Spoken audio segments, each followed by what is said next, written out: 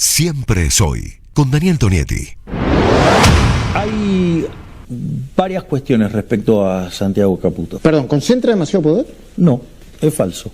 Yo le voy a decir, ¿qué es lo que sucede? Yo digo, soy amigo de Santiago, no solo que soy amigo, sino que además lo considero parte del Triángulo de Hierro, que está constituido por mi hermana, por Santiago y por mí. No solo eso, sino que además, como si eso fuera poco, es una persona de una inteligencia muy superior a la media, y le voy a decir más, lo están utilizando para crear la figura del monje negro. La generación de la figura del monje negro es una figura que generan para golpearme a mí de manera indirecta. Como no tienen las agallas para enfrentarme de manera directa y no quieren mostrarle a la gente eso, entonces golpean sobre Santiago Caputo o golpean sobre mi hermana. En realidad los que hacen eso son cobardes que no me pueden enfrentar. Y claro que no me pueden enfrentar porque saben que pierden. Está aquí con nosotros en este segmento que se llama Galaxia Milei, que tenemos con Diego y con Juan, Manuel Jove, más conocido en el mundo del entertainment como Manu Jove, que junto a la periodista Maya Jastrelblansky son autores de un libro que se acaba de publicar hace algunas semanas atrás, que es un libro que es uno de los libros que más se está vendiendo y más se está leyendo y comentando en la Argentina. El libro lo tengo acá, el título es El Monje, y es una biografía, la biografía política y también en algún aspecto personal, la verdadera historia de Santiago Caputo, el guionista de Milei. Manu, primero muchas gracias por venir. Por favor, un placer. Acá el segmento de Galaxia Milei. Arrancamos con vos, Diego, que has leído y comentado el libro. Primero me asombró enterarme cosas, porque a veces los libros, digamos, periodísticos sintetizan cosas que ya fueron publicadas. Para los que no leen los diarios todos los días tienen utilidad, pero para quien los leemos a veces no hay novedad. En este caso me sorprendió un par de novedades y me gustaría preguntarte por esas novedades, a ver cómo lo ves. Empiezo por una. Me impresionó enterarme que Santiago Caputo es de los Caputo de Dante Caputo, digamos que es un sobrino, y además que no pertenece a la parte más adinerada y de más poder de los Caputo, que viene de una tradición radical, no sé si cabe decir más o menos progresista, como pudo haber sido Caputo y la hija de Caputo, y en fin, ¿no? Toda esa, que estudió en la Facultad de Ciencias Sociales, que es donde estudié yo, que fue militante de la Franja Morada. Es decir, un conjunto de datos que sorpresivamente yo no los conocía, y me dan la idea de que debe haber habido un cambio muy radical en él para pasar de una formación política tan tradicional a pasar a una que tiene un balance muy definitivamente negativo de toda esa tradición y plantear prácticamente todo lo contrario. También me sorprendió que ustedes dicen que cuando estuvo en la Facultad de Ciencias Sociales él no le fue bien con Sartori, Walter Benjamin, y no me acuerdo quién es el otro, y Laclau, nada menos. Son tres autores que no le fue bien con la lectura, pero en cambio dejó la facultad porque le encantaban las series de televisión, las mitologías que podía haber en plataformas. Entonces, quisiera preguntarte por esta doble asociación que estoy tratando de hacer. Por un lado, viene de una tradición más bien clásica del radicalismo, entre comillas, progresista de la Argentina, y se convierte en alguien que es un operador de lo que yo llamaría la ultraderecha, sí, claro, digamos, de una manera muy cierta. Pero por otro lado, hay un cambio en su formación. No acepta la bibliografía que tiene la universidad y sí acepta las películas de plataforma, y de ahí extrae mitologías, imágenes. Incluso creo que la misma idea de guionista se completa, vamos a decir así, en ruptura con lo que serían los textos de la universidad. Entonces, me gustaría saber cómo ves vos, porque ahí lo que habría es una renovación en términos ideológicos, pero también en términos intelectuales. Aparece una nueva figura que desprecia, creo, yo lo entiendo así, desprecia el fondo universitario y una especie de fondo moderno sobre el cual se ha creado los intelectuales y buena parte de los políticos en el pasado, y se crea un personaje completamente nuevo, insisto en esto, que extrae su imaginación guionista más de plataformas y de series que de los textos, digamos, que han formado a generaciones. Absolutamente. A ver, primero respecto a la cronología de los hechos, está bueno esto que vos marcás. Efectivamente, Santiago Caputo, más allá de la aportación de apellido, digamos, y de que uno asocia el apellido particularmente a el hoy ministro de Economía, ya funcionario en la gestión de Cambiemos, y sobre todo a todavía más alto en la pirámide de poder, Nicolás Caputo, el empresario otrora hermano de la vida de Mauricio Macri, muy poderoso hoy todavía, pero todavía más importante en el gobierno de Cambiemos por esa propia cercanía con el presidente. Santiago Caputo es hijo de Claudio Caputo, digamos, tampoco es que Claudio Caputo era un almacenero, era presidente del Colegio de Escribanos de la Ciudad de Buenos Aires, por ejemplo, era escribano de las empresas de los otros Caputo de esa primera rama familiar, Flavio y Hugo Caputo, y uno de ellos dos falleció, pero que son los titulares de Caputo Hermanos, por cierto, la empresa vinculada con la causa Revolución Federal y lateralmente con el atentado de Cristina, pero su vínculo con esa rama familiar, o el vínculo de su padre eventualmente, estaba más vinculado justamente a lo profesional, es decir, no era el primo, sino que era el primo que en realidad era el escribano de familia. Exacto, de esas empresas. Y sí había una cercanía mucho más concreta con Dante. Creo que a nivel lazos sanguíneos es más o menos parecido, resuelve mucho todos sus parentescos, muy de familias bien también, llamándose medio primos entre todos, pero no es que pasan navidades juntos, pero sí había una cercanía en particular de Claudio, incluso siendo más chico, con Dante, con el ex canciller de Alfonsín. Mira, un detalle, una particularidad, en el libro lo contamos. Cuando Dante Caputo viaja al Vaticano como canciller Alfonsín para solucionar el conflicto que se estaba dando con Chile por Beagle, recibe una condecoración como canciller, como representante argentino. Esa condecoración, esa medalla que le dio en su momento Juan Pablo II, estaba puesta como una especie de reliquia en la oficina, en el despacho de Claudio Caputo, en su oficina como escribano. Por cierto, y paréntesis también, el año pasado se cumplieron 40 años de aquel evento, y el gobierno de Santiago Caputo decidió no mandar a nadie por la distancia que estaba teniendo con el Papa Francisco en ese momento, Javier Milei. Y después en la formación radical es también así. El primer trabajo como consultor, más allá de su travesía en la militancia estudiantil universitaria, fue con Paola Caputo, que es la hija de Dante. Paola Caputo también ahí es donde... y ahí es donde también nos gustó y nos entretuvo a nosotros, no sé si vos te encontraste también con esa intención nuestra en el libro, de a través de un personaje y eventualmente una excusa que es Santiago Caputo, contar un poco... Por supuesto, una trama.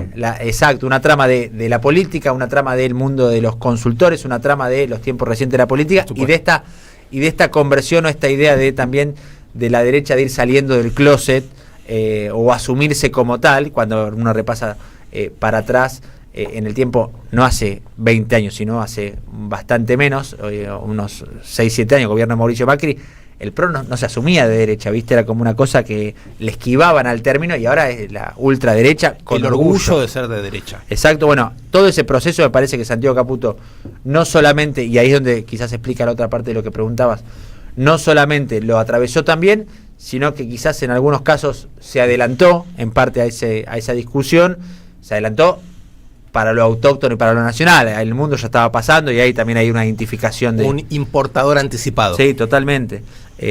Totalmente. De hecho, también nosotros contamos algo que hasta donde entiendo no había sido muy explorado antes de la publicación del libro, un encuentro que Santiago Caputo tiene con Macri en 2020, tiempos de pandemia, antes de empezar a trabajar con Milei, en la que, y eso explica mucho de la relación tóxica de La Libertad Avanza hoy con el macrismo, me parece, una reunión en la que fue a venderse como un eventual consultor, asesor de Mauricio Macri en una potencial vuelta a los primeros planos de la política, después de perder con Alberto. Santiago Caputo, y le fue a decir: vos tenés que ser el Macri de extrema derecha, el Macri de bigote, el Macri que no le da vergüenza ser y asumirse de derecha, el representante de todo ese sector de la Argentina blanca, entre muchísimas comillas.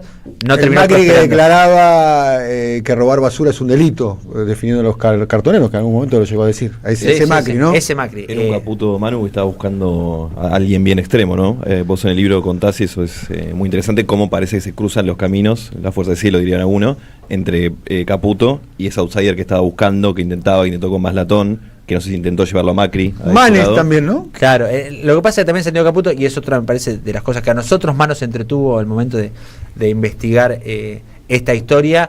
Santiago Caputo formaba parte de una consultora, la consultora MOVE, la consultora encabezada, liderada por Rodrigo Lugones, hijo del hoy ministro de Salud de Mario Lugones. Que vive en España, ¿no? Que está radicado en Madrid, que sigue teniendo no solamente vínculo con Santiago Caputo casi diario, sino que injerencia directa en algunas áreas específicas. Muchos dicen que es el cerebro de MOVE, ¿no? Bueno, hay una chicana que incluso aparece hoy en el mundo de los consultores, que si yo te pregunto, Dani, y mira, ¿quién te parece más jefe a vos? ¿El que va a laburar todos los días a Casa Rosada, que tiene que ver o el que está en España, con Fabián Wallman y Manu Jove, o el que vive en España y lo sigue desde allá, digamos? O sea, claro. a priori parece más jefe el que te la sigue por WhatsApp la historia, pero es cierto que también eso se explica por la relación que el propio Caputo generó con Milei en términos personales. Y la vocación que tiene Caputo, ¿no? Tiene una vocación de poder, ¿o no? Sí, claramente sí. Pero en toda esa historia de MOVE y en esa escuela duranbarbista de consultores, porque son un desprendimiento de lo que fue o lo que trajo a Argentina, un poco como estos consultores estrellas Duran-Barba, aparecían estos nombres, digamos, Facundo Manes, a Tinelli lo fueron a buscar incluso antes de la Mesa del Hambre y todo aquello que era más recordado a través de Bali Buca, el intendente de Bolívar. Lo fueron a buscar a Tinelli. Sí, fue Guillermo Garate en este caso, el hoy vicepresidente de YPF, pero estaban ya como repartiendo esa tarea de encontrar una... Garate es el que trabajó en la campaña de Guado de Pedro, ¿no? Exactamente. Ellos medio como que tenían un huevo en cada canasta, ¿no? Exactamente. Ellos también, esa consultora tuvo como el gran capital en su rubro de haber sido los primeros en traer a la Argentina los modelos de lo que se conoce en el rubro como segmentación, que es básicamente la base de datos, el ¿no? cruce de base de datos con el electorado, exacto, para identificar cómo están conformadas las casas de los votantes eventualmente. Fueron los primeros en traer eso, así como, y por eso también ahí es donde son las cosas que más me divirtieron del libro, se van cruzando las historias, y por eso es un libro de política más allá de un personaje. La madre de Rodrigo Lugones, que fue quien trajo esa tecnología, si se quiere, a Argentina, es Alicia Justo, la que trajo los Focus Group a la Argentina, era consultora... También radical ella, ¿no? También radical ella, era en ese momento, ahora están divorciados, la esposa de Mario Lugones, muy cercanos al Cotino Siglia, ahí también se vuelven a cruzar con distintas características evidentes, públicas y notorias, los distintos monjes negros, ¿no? Manu, Daniel hablaba de vocación de poder. Si me tuvieras que decir qué es lo que lo mueve a Caputo, ¿cuál es el fin último? ¿Es la caja, es el poder, ese protagonismo, es moldear a Argentina como le gustaría a él, o qué es? Vos me parece que vas a tener más clara esta respuesta después de todo lo que laburaste con Milei. A veces es difícil a nivel psicológico encontrar esos factores. Yo creo que hay un motor en Santiago Caputo, como me parece todos los que terminan ocupando esos cargos y esos lugares tan sensibles de poder, que se sustenta en el ego. Toda esta idea que por momentos, ahora mientras compartimos las imágenes de lo que pasó con Antonio Becerra la semana pasada, hay mucho de performático, está claro. No es casual que esto que vemos haya ocurrido justamente en la semana en la que la consigna, el eslogan del gobierno es no digamos lo suficiente a los periodistas, digamos, no se dio en otro contexto. Me parece que ahí es donde aparece la parte de, y jugando un poco con esta frase de cabecera que ya repite y gastó Santiago Caputo, pero la parte de lo planeado, si se quiere, o la estrategia. Hoy el periodismo es lo que era la casta en 2023, si se quiere. O sea, la idea del ego de Caputo lo lleva al lugar estratégico, a veces, a aparecer para instalar una idea, llevarse la marca. Después ahí me parece que también en estas apariciones consecutivas que hubo, que nos sorprendieron a todos los que venimos cubriendo la Libertad Avanza en general y siguiendo un poco los avatares de Santiago Caputo en particular, nos sorprendió una sucesión, de hecho, desde que aparezca en cancha de River, ni siquiera siendo muy futbolero, en el medio del Superclásico, el evento más concurrido y más visto probablemente del deporte argentino, el día siguiente en la cena de Fundación Libertad. O sea, hubo 3 apariciones consecutivas, algo que era inédito, no había pasado. Sí, cosas sueltas, digamos, aquel evento con Manes, alguna aparición en algún evento puntual, pero es un tipo que durante todo el año pasado no fue ni a los actos de la Libertad Avanza, ni a, no sé, Milei en el Luna Park, o sea, no se mostraba. ¿Y qué lees ahí? Me parece que hay, desde reclamos internos, para todos los frentes, hay mucho, o sea, al día de hoy, más allá de todo lo que pueda o no aparecer públicamente y las hojas de tinta que gaste su nombre, horas de radio o lo que fuera, sigue siendo un asesor externo, monotributista categoría B, sin firma y por lo tanto sin responsabilidad penal concreta a la hora de eso para esquivar la responsabilidad penal. Sí, claro, claramente. Sí. Y para vender esta idea de yo solamente estoy acá como una especie de colaborador externo, amigo, y en pos de un bien mayor que es, bueno, ahí ya entra toda la parte del guionista, el relato y el discurso, ¿no? Pero sí, es una estrategia clásica para eso. Acabas de mencionar, y dijiste además cómo dialogan en el tiempo, otro monje que fue presentado, no me gusta la palabra monje negro, de hecho el título del libro se llama El monje, ¿no? Sí, no, sí. no el monje negro, que es Enrique Cotti Nosiglia, ¿no? Si uno hace el recorrido de Nosiglia, y antes de entrevistarte, Manu, por tu libro, estuve repasando un poco eso, se produce el ingreso de Nosiglia como ministro del Interior en el año 1987, después de la derrota del 6 de septiembre del 87, cuando pierde Casella frente a Antonio Cafiero, y emerge gran derrota del radicalismo, el gobierno de Alfonsín, que venía de ganar en el 84 el referéndum, el del Bigle, en el 85 la elección, y en el 87 pierden. Y se produce lo que se conoció en aquel momento, recuerdo y lo reconstruí, como el blanqueo del Cotti Nosiglia, en aquel momento. Que el Cotti empezó, que era una figura absolutamente, de hecho, el primer cargo que tiene el Cotti era como un cargo menor del Ministerio de Trabajo, y ahí empieza a tejer con el mundo sindical. Y en la prensa en aquel momento, en el análisis político, se lo constituía como un punto de poder, o sea, como el hombre, el operador político en aquel momento del gobierno de Alfonsín. Pero una persona que venía de una trayectoria, tenía una hermana desaparecida, había sido el fundador de ni más ni menos de lo que en aquel momento era la Junta Coordinadora Nacional, tenía un peso territorial y demás. O sea, era una persona con una espesura política, tanto es así que la gravitación política del Cotti Nosiglia, me animaría a decir que llega hasta hoy. Hoy sí, aún hay jueces, dirigente político. El radicalismo de la capital, claro, tiene como un spin-off del Cotti, permanente, claro, un spin-off del Cotti Nosiglia con la figura de Emilio Jacobiti y demás. ¿Cómo dialoga eso? Porque en este caso estamos hablando de alguien que no tiene tradición como militancia política, tiene una tradición muy baja, ¿no? Cree en el radicalismo. Sí, muy vaga. Viene de alguna manera de ser un técnico que medio que puede trabajar para Guado de Pedro, para Patricia Bullrich. ¿Cómo? De hecho, ya que lo mencionás, quien lo coopta para esa militancia universitaria es el propio Jacobiti, a Santiago Caputo, en la Facultad de Ciencias Sociales, cuando identifica un eslogan en el medio del clásico, repetido conflicto de las tomas de los edificios en la sede de Parque Centenario, ¿no? Exactamente. Cuando el radicalismo, con una postura también, por lo menos de los últimos tiempos, histórica, de no tomar, sino la lucha, exponerla en otros ámbitos, y un sector más trotskista de izquierda de efectivamente tomar los edificios, y en esa disputa había un cartel con el que se encontró Jacobiti, que era "el que toma no conduce".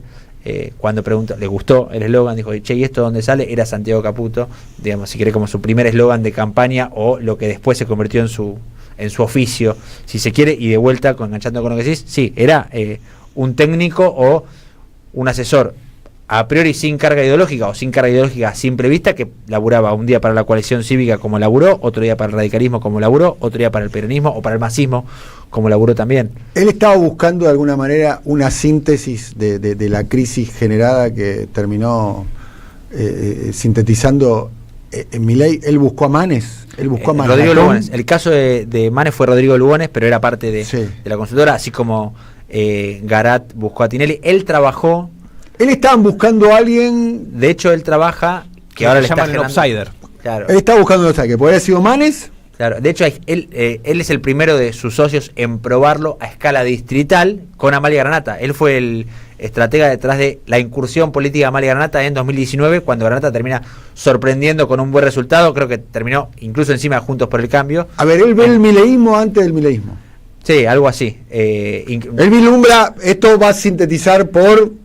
Incluso hay muchos chistes también en el rubro, que en ese momento, en la oficina que creo que tenían en calle Callao ya de esa altura, este desprendimiento de los discípulos de Durán Barba, Move Group, él en su despacho, en esa oficina, tenía colgada antes de Milei la bandera de Gats, en esta serpiente amarilla tan característica hoy de los libertarios, o que termina siendo cercana a esa ideas, antes del Tea Party norteamericano, los seguidores de Trump, los del Brexit, etcétera, las derechas alternativas del mundo que se empezaron a identificar con eso, antes de que Milei fuera una figura sí pública, porque ya era un tipo que gritaba en la tele, está claro, Pero marginal. y tampoco estaba con una convicción de incursionar en política abiertamente, como terminó pasando. Una pregunta, Manuel, te quería hacer, es esta, es el pasaje del ingeniero Macri al ingeniero del caos. Como dos figuras de ingeniería bastante distintas, ¿no? En este caso Caputo como ingeniero del caos. Vos decís, quizás es el fragmento que a mí más me interesó, decís, acá hay una forma de intervención en la política que es la investigación social. Lo que es fundamental es conocer la sociedad, investigar la sociedad. Incluso ustedes lo ligan con la idea de escuchar a la sociedad. O sea, el político no puede escuchar a su sociedad, sino a través de un instrumento de investigación. Mi pregunta es, en el pasaje del ingeniero Macri al ingeniero del caos, ¿qué es escuchar o investigar la sociedad? Porque por lo que venís contando este último tramo de la conversación y se nota en el libro, hay una mezcla de escuchar tendencias con intervenir muy fuertemente sobre la sociedad a partir de las tendencias que se vislumbran. O sea, hay una parte de escucha y hay una parte de preformatear a la misma sociedad de la que se dice que se escucha. Te lo pregunto, termino con esto, porque me llama mucho la atención que esa misma técnica sea utilizada en la misma elección por Carrió, por el macrismo, por la Libertad Avanza y por el kirchnerismo y por sectores del peronismo, por el masismo. Todos están consumiendo ese tipo de investigación e intervención sobre la sociedad. ¿Qué ves de esto?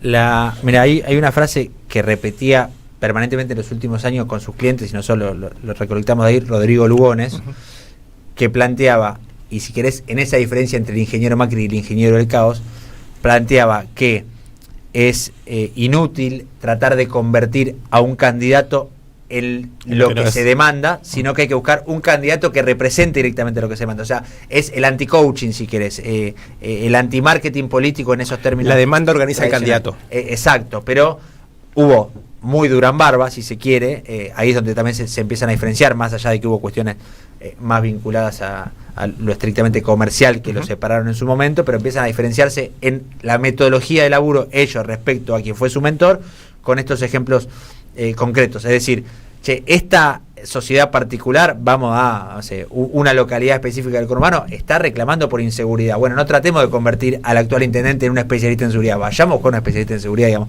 Eso lo fueron llevando en distintos casos.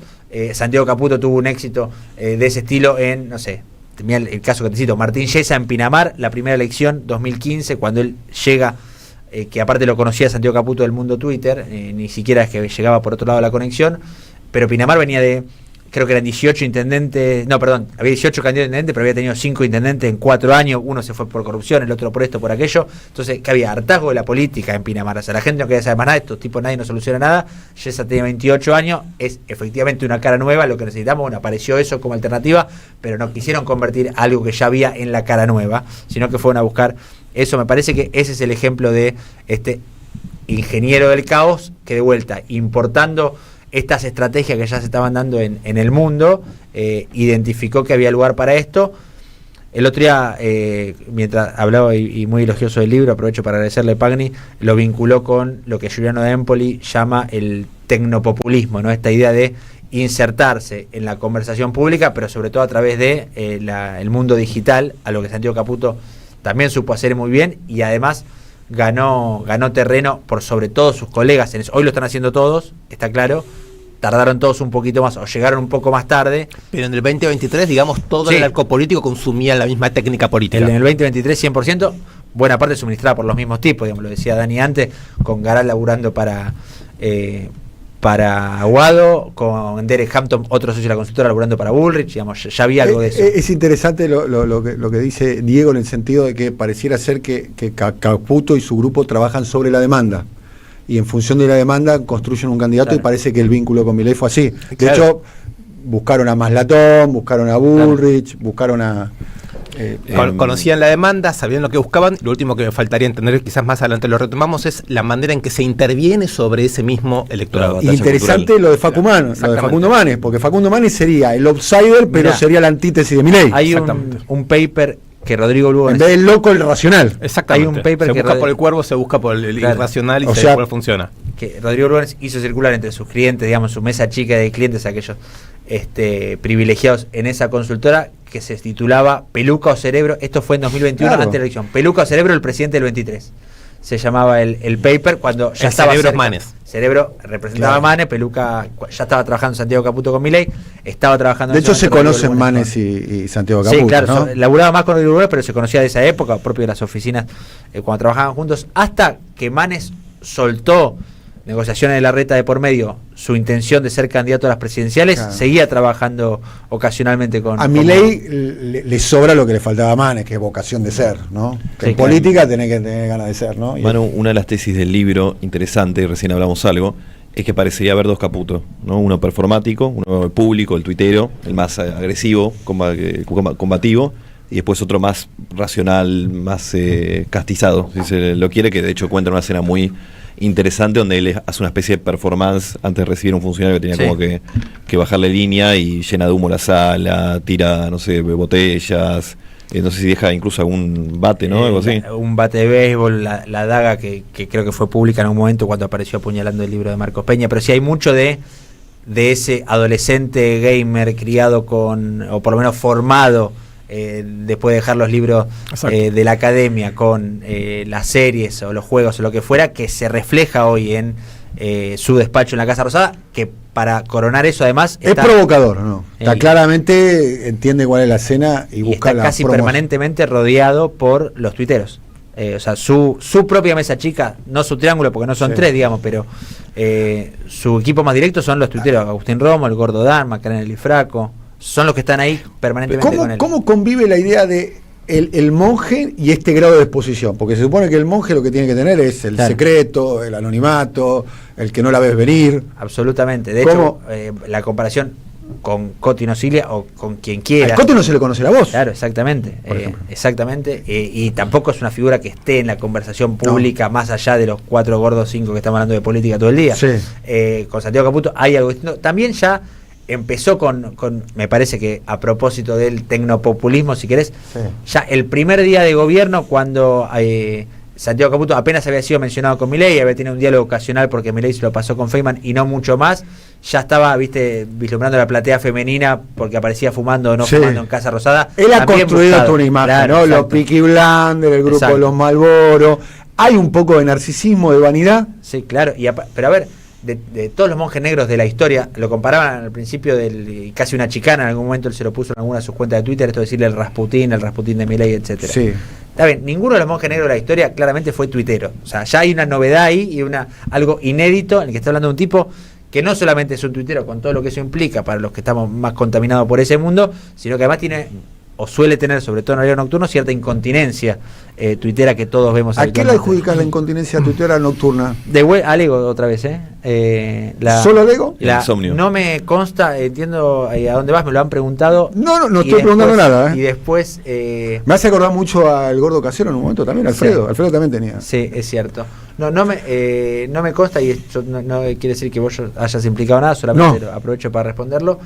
No me consta algún tipo de consumo, y lo pregunté específicamente si, por ejemplo, fui testigo ocasional estando en Casa Rosada en momentos de celebración del gobierno, donde todo ese piberío que lo rodea, digo piberío, son sub-30 en muchos casos, encabezado por Agustín Romo y demás, festejaban con algún brindis de por medio y Santiago Caputo se quedaba al margen de esa situación. Él tiene una vida familiar, ¿no? Tiene la misma novia de la... 2 hijos. De la misma novia de la primaria, Muy ¿no? La familia secundaria, tradicional, sí. ¿no? Sí.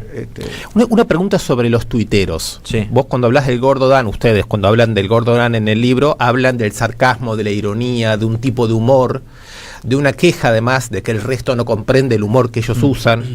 Me interesa la eficacia que tiene ese humor a la hora no de escuchar tendencias, sino de intervenir sobre la sociedad, y me interesa sobre todo la siguiente pregunta. La idea de un grupo de poder, que incluso hoy está cerca de los servicios de inteligencia, ¿no? Sí, claro. Este manejo de redes que todos sabemos que están haciendo, ¿cuánto tiene de 2.0 y cuánto tiene de facultad de intervenir sobre el mundo analógico en algún momento. Te lo pregunto esto porque entre las figuras, digamos, que no se ven en el poder y que manejan cosas, en los 70s, en un contexto radicalmente distinto, tenemos incluso a López Rega, y no son pocos los que piensan en términos de una AAA 2.0, no física.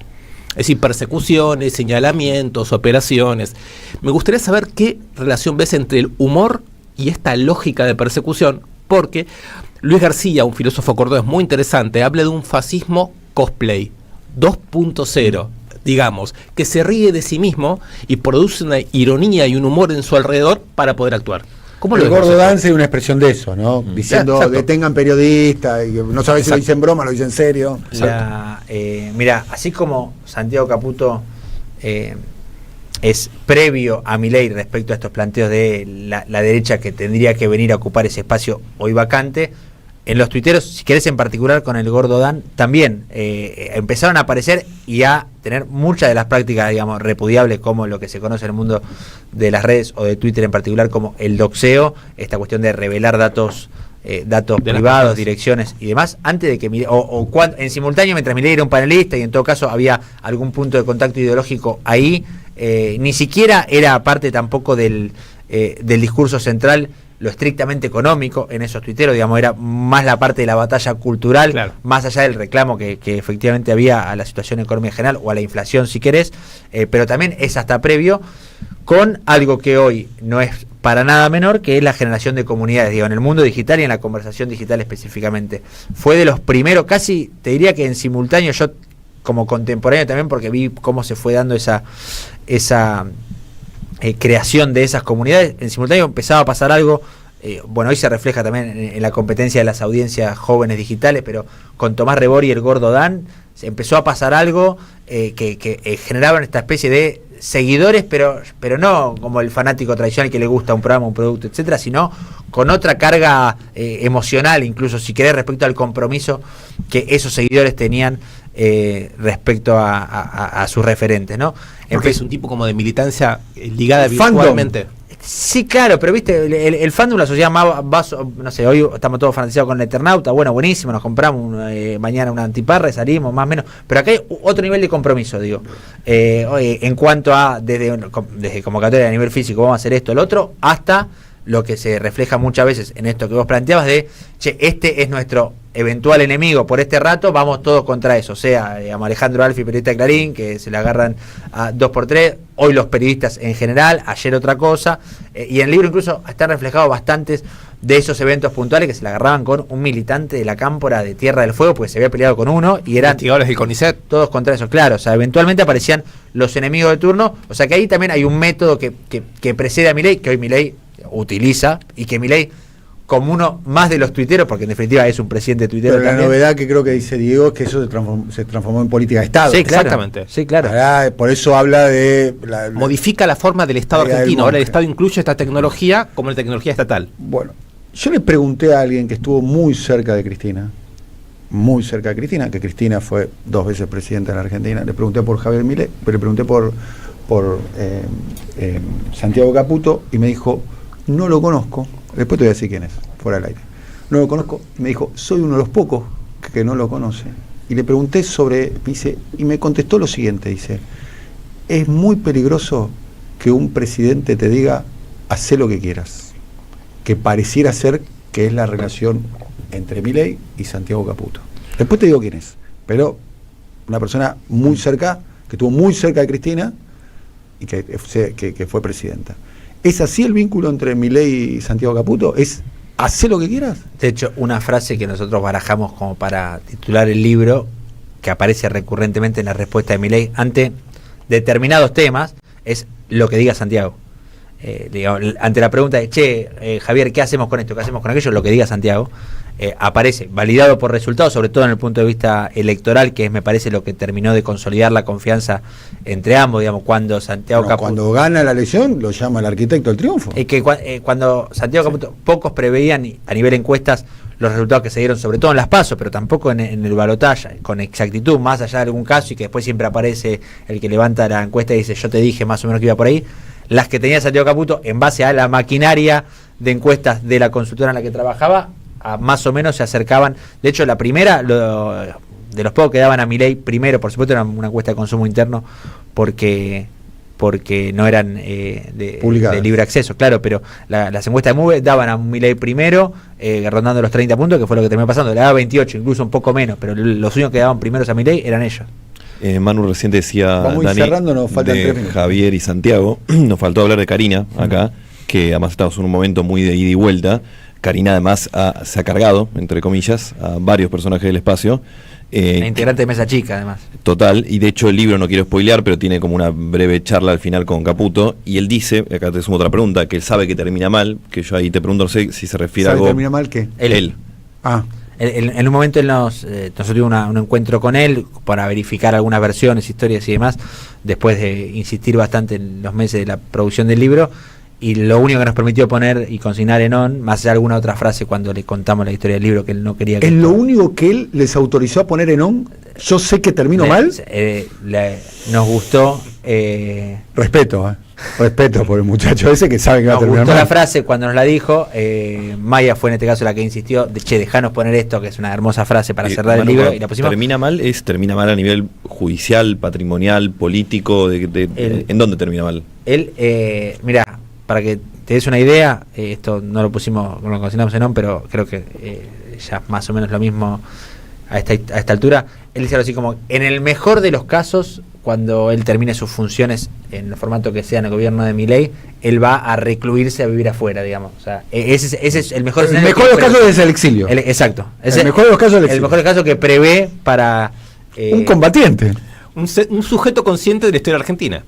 Bueno, también. Consciente de la historia argentina. Ahí también me parece... No es un militante, un combatiente. Un combatiente. Hay mucho de lo performático, por supuesto, de ponerse en este rol de el que está dispuesto a sacrificarse por la yo causa. No lo conozco a él. Está claro que la lista de personas que lo están anotando como enemigo a él es una lista que todos los días se va sumando uno nuevo, ¿no? De hecho, vamos cerrando, en esa conversación él dice, cierro con esto, dice, yo no soy un libro. Sí, claro. Esa frase me interesa mucho también, porque yo estoy de acuerdo con él. Él no es un libro. En torno a él sí hay un libro. Exacto. Bueno, de hecho fue un poco nuestra respuesta. Y la primera respuesta fue, no nos importa, el libro va a existir igual, digamos. Pero también lo que te decía antes, que el libro funciona con Caputo como excusa para contar, para hablar de todo esto. Desde el fenómeno hasta los tiempos recientes de la política argentina. Volviendo a lo que decía Juan, para no dejarlo en el aire, porque me parece que es un tema interesante y es el tema que se viene en la discusión, que es esta convivencia que fue problemática con sus antecesores, si querés, pensando en la dupla Marra-Casieles inicialmente, pensando en Kikuchi después, pensando en Nicolás Pose, que apareció durante un ratito. Todos los que integraron esos triángulos de hierro, se llaman así, volaron. Caputo puede caer en desgracia de la misma manera, por supuesto que sí, quizás el terminar mal tiene que ver con eso. ¿Cómo ves esa tensión entre Karina y Santiago? Hoy estoy viendo una interna desatada entre no Karina Milei directo, sino que interpósitas personas, Lule Menem en particular, armador y estratega de la territorialidad de la Libertad Avanza y por lo tanto de Karina Milei, que está chocando con Santiago Caputo. Ahora lo vemos en los casos del PAMI, estas denuncias cruzadas, no cruzadas, en realidad denuncias que el propio PAMI hizo. Esas son operaciones cruzadas. Respecto, porque PAMI a nivel nacional es Santiago Caputo, en realidad es Mario Lugones, padre de Rodrigo, por supuesto que el vínculo ahí es fácil de hacer, pero la territorialidad del PAMI, las delegaciones están a cargo de la política distrital de la Libertad Avanza, que está a cargo de Lule Menem. Entonces, los referentes partidarios de la Libertad Avanza en cada una de las provincias son tipos que políticamente responden a Lule Menem. Ahí hay un choque evidente, ¿no? A ver, vamos a pensar de esta manera. La posibilidad de una ruptura entre Milei y su hermana Karina, eso está descartado. Absolutamente. ¿No? Claramente. La posibilidad de una ruptura entre Milei y Santiago Caputo. Depende cuánta injerencia tenga Karina sobre eso. Vos pensás incluso en Ramiro Marra, que con el mayor de los respetos era una persona que al espacio en sí, más allá de su figura y su vocería informal mediática, no le aportaba demasiado en términos organizativos. Milei lo sostuvo desde que Karina lo hizo la cruz 1 año y medio hasta que efectivamente lo rajaron. Le soltó la mano al final, más allá de que tampoco es que lo iba a defender por lugares, pero hasta le dio un caramelo de madera con el Consejo Asesores Fantasma. O sea, un tipo que tuvo 1 año y medio en la mira Karina Milei y lo sostuvo. Digo, con la particularidad de Santiago Caputo, me parece que tiene por lo menos mucho más sobrevida, incluso a pelearse definitivamente con Karina Milei para con Javier Milei, y también hasta Karina Milei, hasta el propio Lule Menem, hasta Sebastián Pareja, que es la expresión de Lule Menem en la provincia de Buenos Aires, mientras choca con Agustín Romo, que es la expresión de Caputo en el mismo distrito, identifican que, ni hablar en año electoral, que Santiago Caputo, otra cosa es que corra o que suelte responsabilidades, pero que Santiago Caputo hoy se corra o se exilie, como anticipa que puede pasar de su vida, generaría un problema grueso para la Libertad Avanza. Los secretos que debe tener el monje, ¿no? Las próximas series. Última pregunta de Juan Luis González, ya estamos No terminando. más que pregunta, afirmación, Dale. el libro es un libro, así que hay que leerlo, vayan a buscarlo, y como idea, que haya más personal, me da dudas hasta dónde Caputo es consciente de que lo performático cruza lo real todo el tiempo, y de que este juego de jugar a la violencia y jugar al malo, tanto él como su círculo en las redes, amenaza todo el tiempo a llegar a la realidad. Lo digo para decir, creo que es un juego peligroso. Ahí esto es mi sensación, ¿no? Creo que es un juego peligroso que puede llegar algún día a lo real. No sé hasta dónde él es consciente, yo creo que es consciente y que juega con eso, pero como hablamos varias veces de la diferencia entre el mundo real y tuitero, nada más lo quería dejar Diego. asentado. No, me parece muy interesante esta figura que absorbe una cantidad de problemas. Creo que está muy bien el libro en el sentido que los devuelve como problemas de la sociedad.